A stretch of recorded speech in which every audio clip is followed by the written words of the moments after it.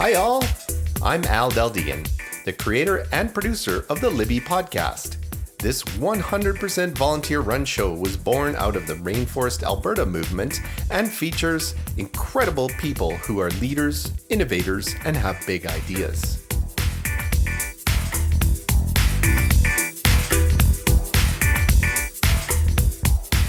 This episode is hosted by Rea Hailley, and it is the 5th episode of her new series.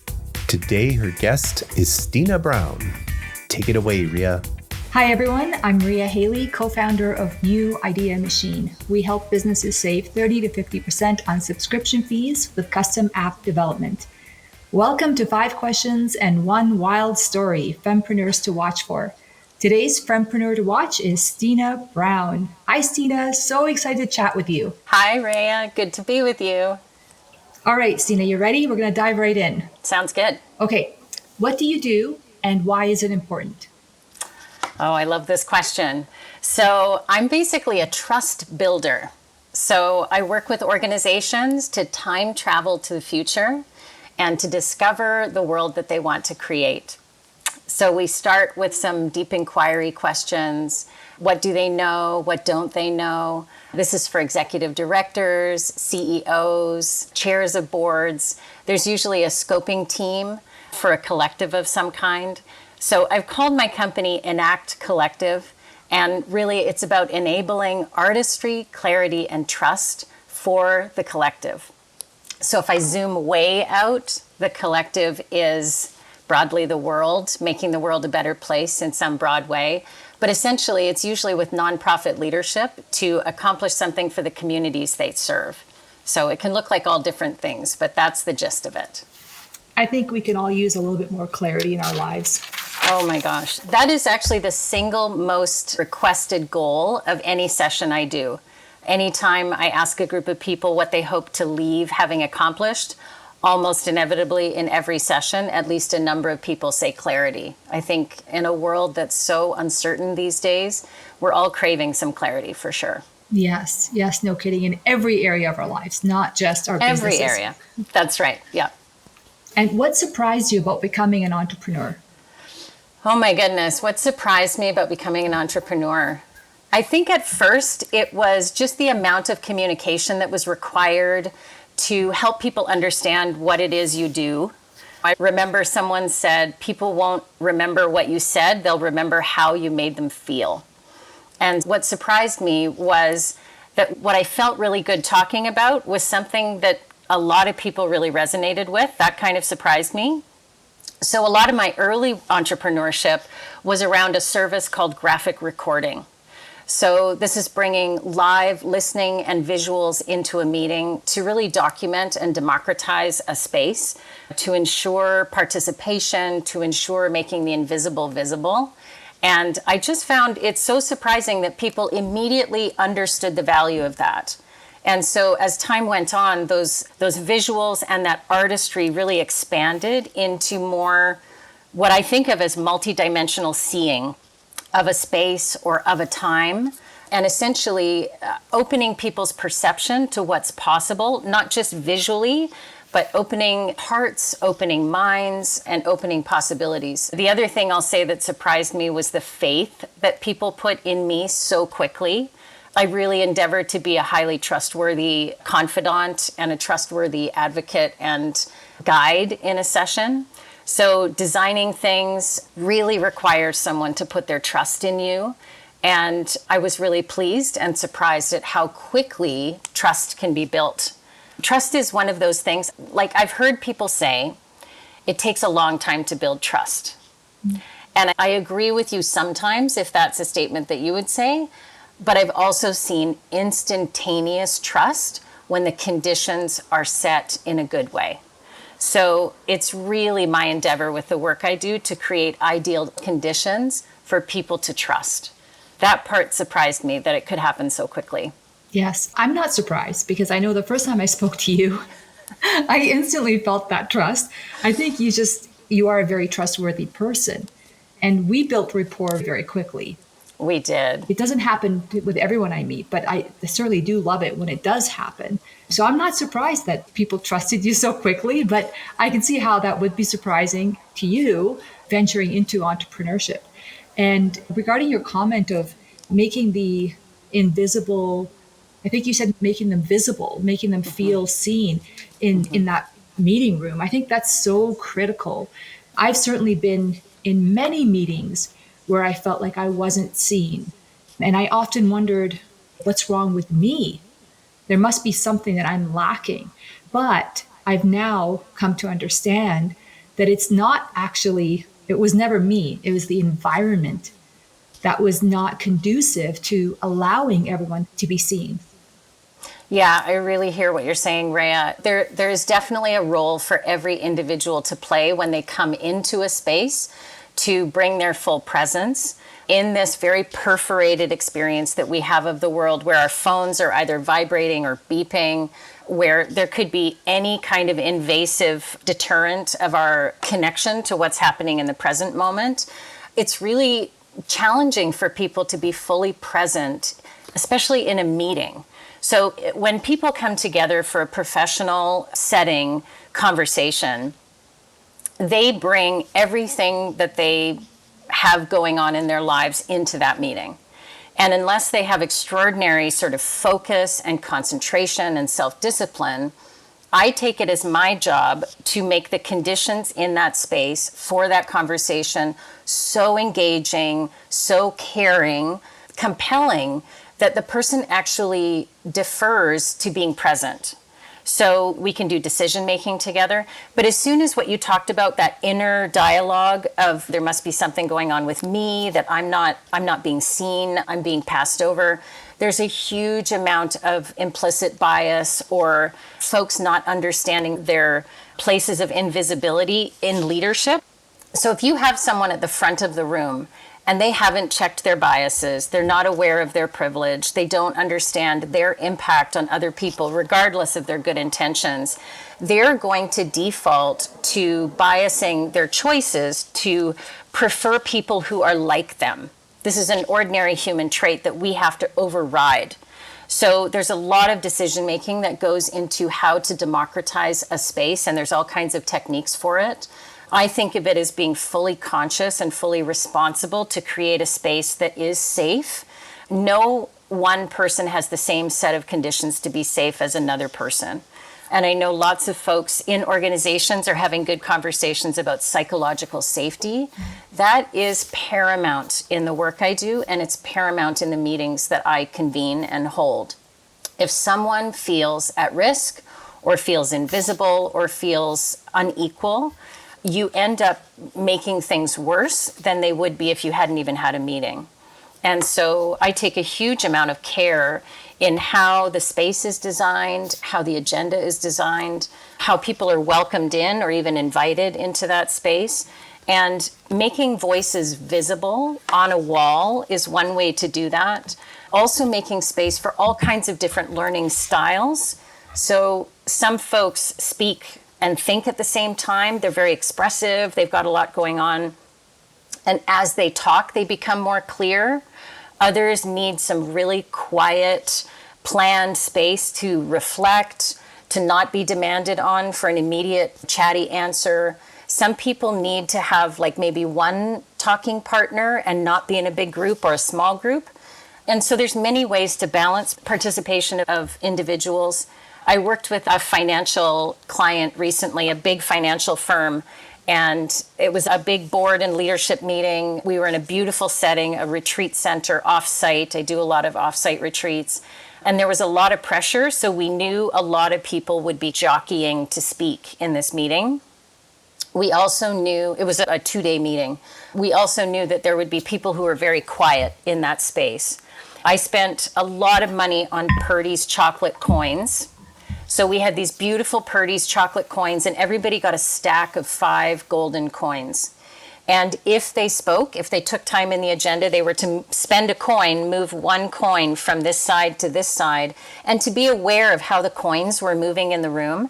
And even that simple visual clue, if they noticed that all of their coins were on another side and someone else hadn't moved a single coin, then we were able to pass the responsibility back to the group to say, We need to share responsibility to ensure all voices are heard.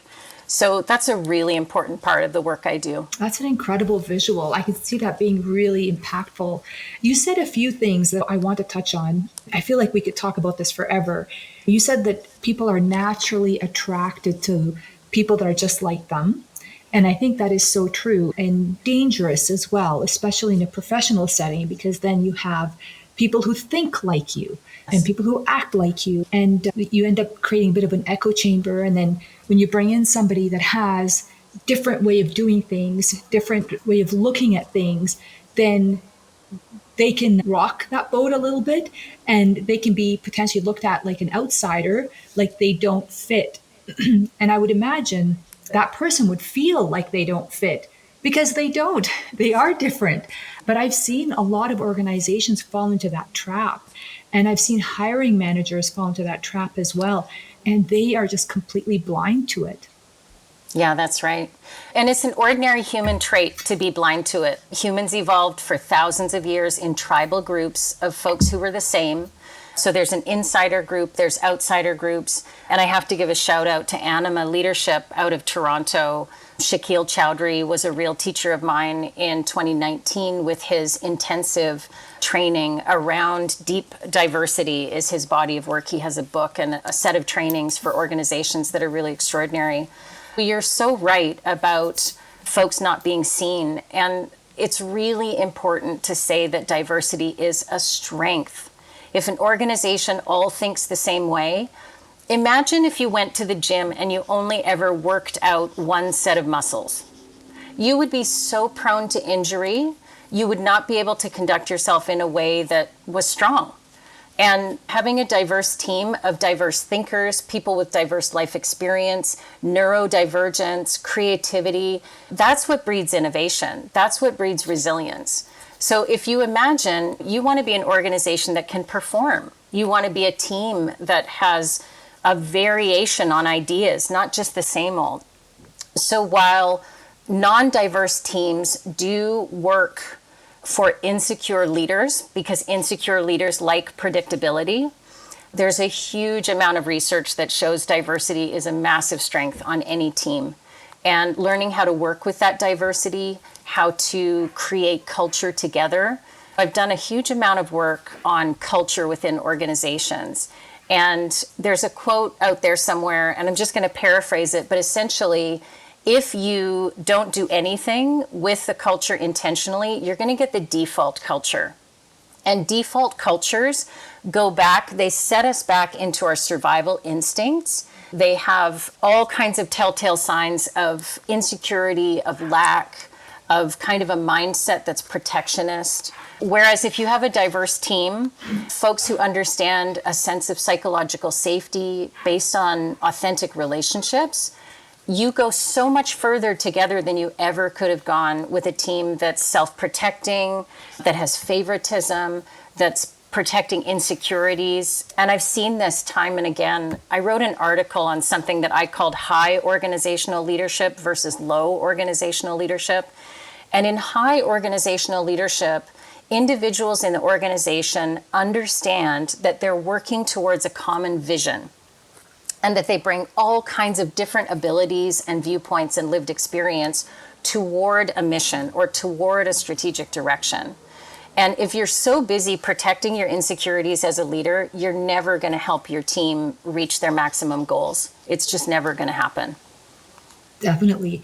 And I imagine doing a lot of work on the baggage that you bring in, because we all have baggage, but working through that baggage and working through whatever you may or may not be aware of is happening in the background for yourself would really help push this along, help everyone in the organization work towards that goal instead of defaulting back to that lack mindset. Absolutely. I'm so glad you said that. When I was reflecting on coming on your show this morning, there was one quote that popped up actually on Insight Timer. I'm doing some voice work on Insight Timer for exactly this. It's like inner skill building for outer performance, outer quality of action. And the quote this morning was, your relationship with yourself sets the tone for every other relationship you have. And that's a Robert Holden quote. And I just thought that is it. I got into business out of a sense of real purpose, of wanting to make the world a better place, wanting to contribute and be of service. But ultimately, my most intense business work is actually my inner life with myself, my skill building, my relationship with myself, my self-trust, understanding my own bias and privilege, understanding my impact on the world, how to be a good ally, how to find myself in rooms where I can be a positive force. So that inner work is totally essential. And ultimately, a lot of the work I do begins with coaching. So someone in an organization will reach out. They're often in a transition point. Either it's a new position or the organization is taking a new direction or expanding their vision and wanting to set new targets and goals. But ultimately, that initial coaching almost inevitably deep dives into that human being's relationship with themselves, because it's like a note that you strike, it's like a bell that you strike, and that tone reverberates through your whole company, through your whole organization, through the communities that you impact. And I've seen both profoundly high quality, beautiful tones coming out of leaders. I've also seen profoundly harsh, harmful, narcissistic tones come through leaders. And high organizational leadership really means that you all are rowing in the same direction. You've done your inner work. It's never fully done, but you're working on it. You're conscious of it.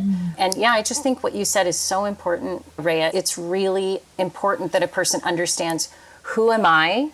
So who am I when I walk into a meeting and I feel a flood of different feelings coming from the room? Is that me? Am I, with my empathy and my sensitivities, am I feeling other people's nervous systems? Am I feeling other people's fears or insecurities or whatever the energy is in the room? I have to know what I'm bringing in order to not project my own whatever on someone else, in order to not dominate, in order to not misunderstand, in order not to be triggered. I think that leaders get triggered when they don't understand their own territory, when they don't understand the landscape of what matters most to them and where those wounds are, where those scars are. If you know yourself, if you know that landscape, you're going to be available for a whole different level of leadership. It's just a total game changer. Yes, that is so true.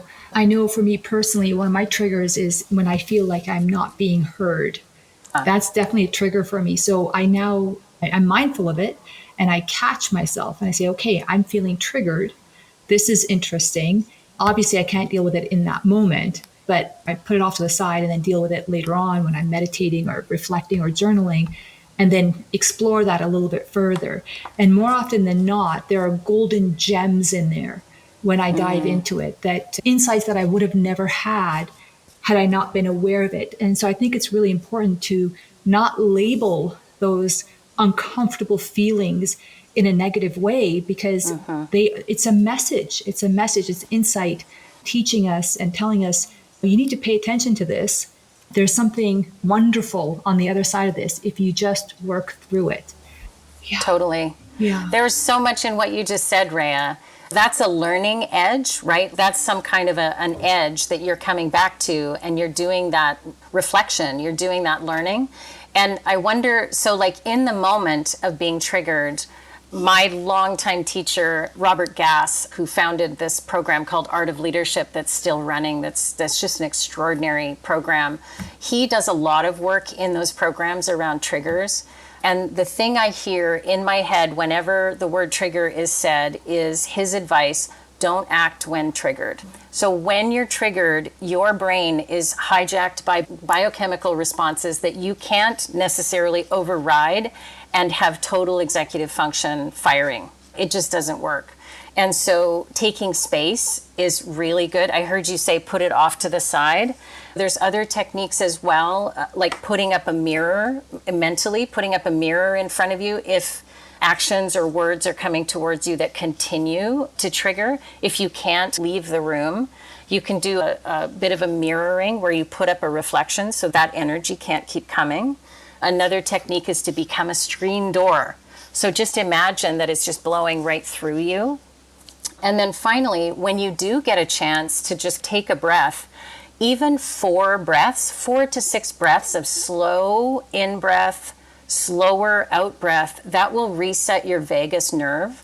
And I've done so many meetings where people get tied up inside, they get a little defensive, and we just need to take a few breaths. It might sound a little woo-woo or something, but your breath is the most natural thing you have. So I think we often do clench, we tighten or brace ourselves a little bit. And if you can befriend yourself, this is what my coaching clients hear all the time, befriend yourself. If you can be alongside yourself, create a tiny bit of the observer experience where you notice what's happening to you and befriend yourself in that experience and then take some breaths, you'll be able to come back to that with less damage happening.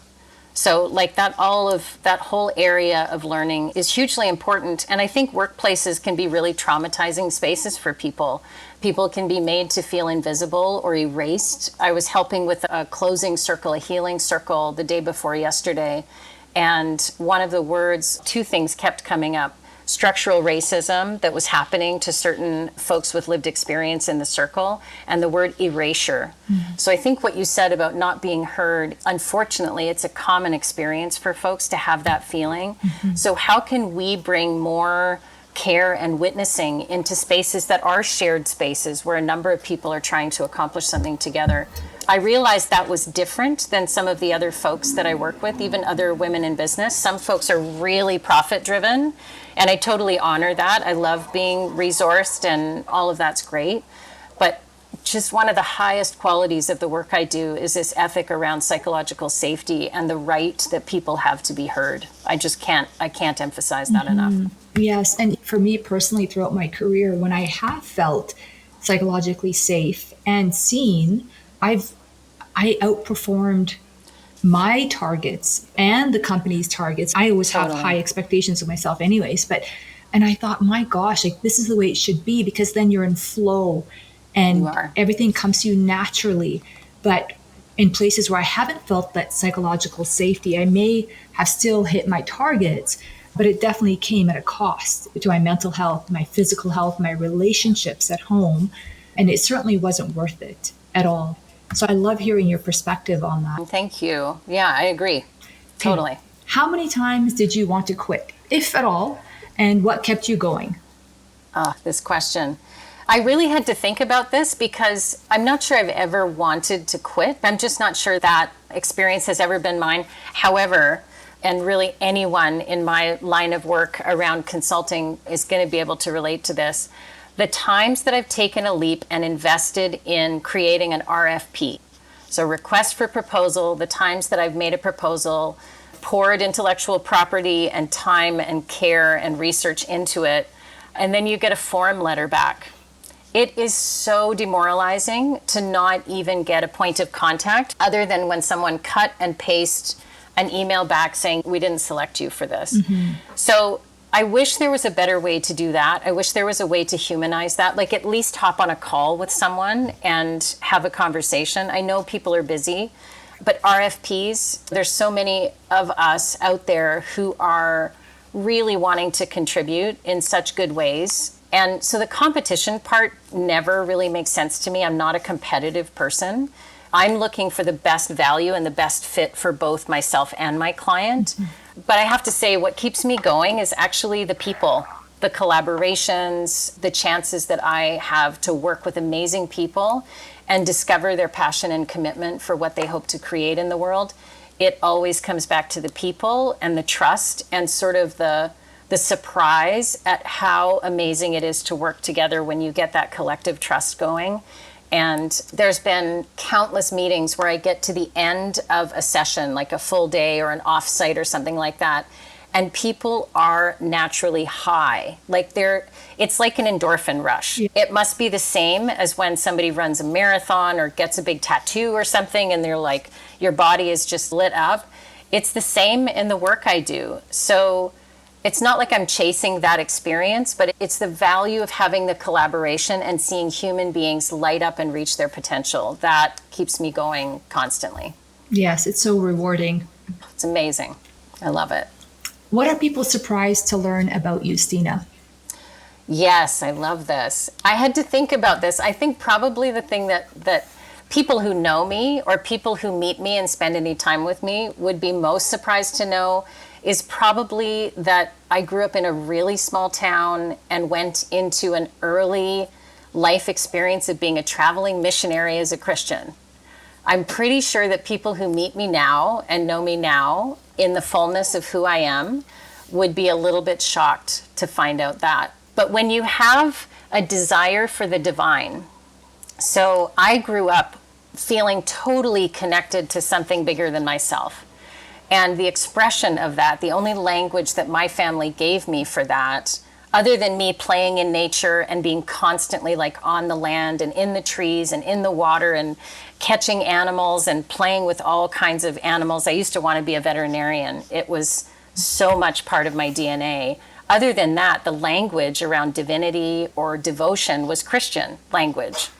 And when I was about 15, I went from being a fairly rebellious, not interested in church or God or this evangelical small town take on Christianity, to totally surrendering, totally devoting myself, becoming someone who centered that relationship with a Christian God in my life to see what would happen. I treated it like an experiment. And from the time I was 15 until I was 25 years old, I did not listen to a secular radio station. I did not read any secular material or television. I was devout. I traveled as a missionary. I studied. I had leadership opportunities. I played music. I led worship. I wrote songs. I just had a whole life that was highly centered around my Christian purpose. And in my early 20s, when I was 23 years old, I went in for some shoulder surgery. I had been a varsity athlete, a soccer athlete, and I had a really bad shoulder injury, so I went in for surgery. When I came out of surgery, I suffered a massive autoimmune attack. This is not even a wild story. This is just one part. And in this massive autoimmune attack, I lost the use of my arms for 2 years. And like completely, absolutely couldn't move my arms for 2 years. And in that experience, I realized how much self-hatred I had internalized into my body, how I literally crucified my flesh with self-hatred for being someone who had same-sex attraction, who didn't understand my own body's response to another human being, but who condemned it. And so by the time I was 23 years old, ravaged with this autoimmune attack, a counselor at the hospital in Kelowna, BC, where I was in rehabilitation, said to me, "Do you love your arms?" And I really did not love my arms. I didn't love myself. I was hugely conflicted. I had a ton of self-hatred, like just packed in to my life. And through that experience, she said to me, "If you don't love your arms, they're never going to heal." And I really studied that moment. And I made a commitment at that point to release a whole belief system, Rea. Like everything I had known to that point centered around this idea that I was sinful, I was inherently wrong, I needed to fix everything and devote myself entirely to a God who had a whole plan for my life and basically removed my sovereignty from my own life. Why am I the way I am now? I've taken back my sovereignty. I've learned to love myself. I've embraced who I am. I'm constantly aware of how I treat myself because my body kept me accountable. I almost accidentally killed myself with self-hatred. And coming back to belief systems impact and influence our decision-making. And decision-making creates our reality and our future. So I've had a hypervigilant view of the world as someone who lived 2 lives for a whole decade, this inner reality that was at war and this outer reality that had to perform in a very specific way. So finding myself in places where it's my job to encourage people to be authentic and real, to be caring to their teams and caring to themselves, like it's so natural to me. This is just who I am. And my business is a container for that to move into the world, but it comes from such a place of knowing myself that I think as people learn my story, and I'm talking more now about my story I'm offering a free series called Devout coming out starting October 2nd, and we can put the info on the page if that's useful. But I really want to enable other people, not in a religious sense or non-religious, not around sexuality necessarily, but all of someone is welcome, to, with devotion, live their life. And with a devout mindset, this life is sacred. How can I walk in a way that really honors this life that I have? It's such a gift. It is a gift. It's quite incredible. You and I have talked about this previously. I've recently gone through a pretty incredible experience that I really hope everyone gets to experience. And I'm working on that as a side project, which we could hopefully collaborate on. And I've gone to the point where I can no longer tolerate anyone showing up in any way other than their pure, authentic selves, including myself. And it was very shocking to me because I was conditioned to always be nice and always be polite, even when my body was telling me this is not okay. And that has been a very interesting experience, to say the least. So I hear what you're saying, and I think it's amazing that you're putting on this workshop to help people show up for themselves first. Yes, totally. And it's once a month for 7 months. So It's an experiment. I've never done these sessions before, but I've just come off 4 months of doing another session called Field Notes from the Future. And that was 4 sessions. The first about vision, second about the deepest values you hold. The third was called Matrix Mapping, about mapping the systems that you're in. And the fourth was a planning portal. But it was really deep reflection on what are the right next steps for you in the next 3 months, 9 months, 12 months. And I find so often people are just going through the motions. You get into a schedule or you get into a program and you're like, okay, Tuesday is this, and next week I have that, and this month is this. And it's like, how can we be creators of our lives? How can we authentically, with our originality, come into the world and offer something no one else has? No one else has your gifts. No one else has your lived experience. So if you don't share it, that will be missing from the human experience. It's so important. That is so true. So very true. I want to say something about that. Let me just recall it. Yes. Okay. So I believe that the biggest secret in life is that you can have any life you want as long as you give yourself permission to have it. Yes. I love that you said that word. Absolutely. Yes. And so anytime I'm frustrated that I don't have what I want, I sit there and think, okay, what part of me feels that I'm not worthy of having this in my life? So true. That's so true that I tattooed the word permission on my foot. I will spare you lifting my foot up to the camera, but I literally have the word permission in big letters tattooed on my foot. Because again, Robert Gass said to me, what is stopping you from having the life you want? And I said, permission. And he said, from who? I said, me. I'm not giving myself permission. So especially, I'm going to gender this a little bit, but for female or gender non-conforming folks who own businesses, we've learned to move in a man's world to a large extent, to power structures that weren't necessarily established by women or folks who are not cisgendered men. And so there is a lot of, I hear about imposter syndrome. It's not something that I have too much. But it is something I coach on a regular basis, especially for women-owned business or gender non-conforming folks who own businesses. That sense of permission. Would a man apologize for charging these fees? No. I love men. I especially love working with men. I find them decisive, committed, all kinds of super positive things. But they don't apologize. They're not sitting in a meeting apologizing for speaking up. Mm-hmm. I've never seen that happen in the history of the world. And I think too often we, folks who look like us, other folks who are female presenting, we come into a space with an apologetic tone sometimes because we've learned to fawn, fight, flight, freeze, fawn. We've used that strategically, but I do think it disempowers us. A really dear friend of mine and a former client said to me, stand your ground, Stina. When I doubt myself, I have the sticky note right here on my desk, stand your ground. And I would just love to send that message out to say, if there's something you're struggling with, yeah, of course, get some input, get some advice, get some support or guidance, but know yourself and stand in that power that you have inherently. Give yourself permission to be powerful. Yes, I love that message. I think that's so crucial and something that everyone needs to be reminded of. Okay, I know we've covered so much, and like I said before, I feel like we could talk for hours and hours. What's your one wild story? Okay, I'm going to try and do this quickly because I can see our podcast is already pretty long. So my one wild story started with a phone call with an amazing, extraordinary woman named Claudia Madrazo. Claudia is the publisher of Frida Kahlo's diary.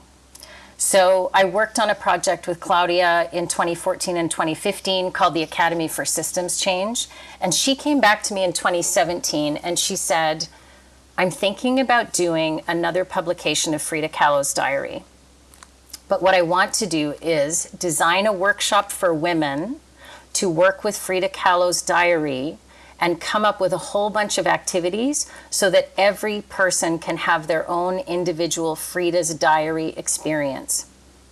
So over the course of several months, all volunteer, I worked with Claudia to design a multi-day retreat for 20 women in Mexico City. I flew down there, and on the night I arrived, it was midnight, I learned that Claudia and I would be meeting early the next morning. So as I came to the place early the next morning for our meeting, the beautiful stone floor had just been washed by the staff there, and I slipped and I fell so hard I had to go to the hospital in Mexico City. I had bruises all over my arms, all over my knees. They thought I had broken my arm until we saw an x-ray. It wasn't broken. But I had an experience of touching base with Frida Kahlo's spirit multiple times on this project. The first time was when I learned that I was going to do this project. I was sent a copy of her diary. I opened it to the page with her photograph of her laying in bed, and I had this practically out-of-body experience of looking at her photograph, feeling her presence. This has never happened to me before in my whole life. Nothing like this. Looking at her photograph, I'm getting goosebumps telling you, and saying to her, Frida, I am holding your personal diary in my hands. We don't know each other, and this is your private reflections over the course of 10 years. So I had this dialogue with Frida where I just said, I'm involved in this project. I want to honor you. I want this to be about whatever you want this to be about. And when I fell, Rea, and I was in like 9 out of 10 level of pain, Frida visited me again. And she said, if you're doing a workshop about my work, you need to do it in massive pain. So like massive goosebumps. So I co-led mostly in Spanish, and I only speak a little bit of Spanish. I had a translator set happening in my head, but it was surreal. It was a surreal, multiple day, artistic, beautiful, soulful, deepest dives I've ever been in with a group of women, like artful, sacred space with Claudia Madrazo. That workshop became a book. That book, I was then the editor of that book, which was a little terrifying, I have to say. And now there's been a republication of Frida Kahlo's diary with this companion book called An Intimate Notebook. And in the Intimate Notebook, and I have a link, people can buy it if they want. I don't have any affiliation. I was never paid for any of it. It was just an act of care to be a part of this project with Claudia. But this Intimate Notebook is like the deepest dive that you could do with yourself with Frida Kahlo's words, some of them translated, and her images. It's extraordinary. She is still a force to be reckoned with. Her indigeneity, her ancestry, her mixed heritage of European and Mexican and indigenous, her voice is still, people know this, it's one of the most powerful voices in the world. You go anywhere and there's Frida Kahlo memorabilia. We had our opening circle after everyone had left her blue house in the courtyard of her home. Like, I still can't believe I was a part of that project. It was one of the biggest honors of my life. Incredible. It must have been, something else. I can't even imagine having that experience, being a part of that. But now I need to run out and get that journal. Amazing. I need it's to so powerful. Do some deep dive, some more work on myself. And it's funny because no matter how much work, and I know you know this, Stina, no matter how much work you do on yourself, there's always other layers to uncover and new insights. And I never cease to be surprised as to what comes up. And I'm like, really? I still have that? I thought I dealt with it. But it's just a different layer. It is. It's a practice. We're all practicing. The other thing I'll say is I'm a really high performer. That's just how I came in. We joke within our family that we're industrious over focus, my dad and my sisters and I. Thankfully, my mom balances us out. She's much more chill than we are. But I want to say there's a real culture of overperforming. Mm-hmm. Capitalism and patriarchal mindset has really set us on a path to beat ourselves up, to be cracking a whip that we didn't do enough today. We're human beings. Our job is to be. And this is something that I learned so deeply about living on the land where I was born, working with local First Nations here. The reminder of being with yourself, being with the land. It's an extraordinary privilege to be a human being, especially at this moment in history. And I think that the high performing, while I love the high standards, and that's a big part of my work is to have extremely high standards, for me, it has to be balanced with compassion. It has to be balanced with humanity and patience, because otherwise it's dominance. Mm-hmm. And I've lived that life, and I'm not going back to that. That sense of inspiration, that sense of finding your bliss, and just really knowing yourself, knowing what nourishes you, what makes you happy, what gives you purpose. Where's your joy? Where does that come from? Mm-hmm. Those questions feel paramount to me in a time of uncertainty, in a time of war and kind of authoritarianism. Community is the antidote. Self-care, finding our ways to reinvent systems, make the old ones obsolete. Like, we have good work to do. I'm really honored to be on the path with you, Rea. I'm so delighted. You reached out to me on LinkedIn. We didn't even know each other a couple of weeks ago. Yes, I know. This is so great. I'm so glad I did. Yes, and what a surprise. I mentioned to you on our call, I've met some of the most incredible people, truly incredible people that have become friends and business partners. And it's so exciting to find that there are others who are really wanting to make an impact, like a human impact, and make this world a better place. And those are the types of people I want to surround myself with. Absolutely. Me too. Excellent. Thank you so much for listening. And I hope you enjoyed getting to know Stina as much as I did. I know my mind is blown. I have so much I want to keep talking about, but maybe we'll have to do another episode. If you're a fempreneur and you'd like to be a guest on the podcast, please reach out. I'd love to speak to you. Thank you. I hope you enjoyed the show. Why not become a podcast host yourself? Libby is a community podcast, and we would love to have your voice as a host or a guest. Check out show.libby.ca for more information, show notes, and links for every episode. This episode is brought to you by New Idea Machine, a unique blend of a tech incubator and a software development powerhouse. We're not just building software, we're crafting the next generation of homegrown tech wizards. Got a project in mind or looking to hire fresh talent? Reach out and let's make tech magic happen. Visit newideamachine.com for more info. Music for the show was created by Tony Del Deegan.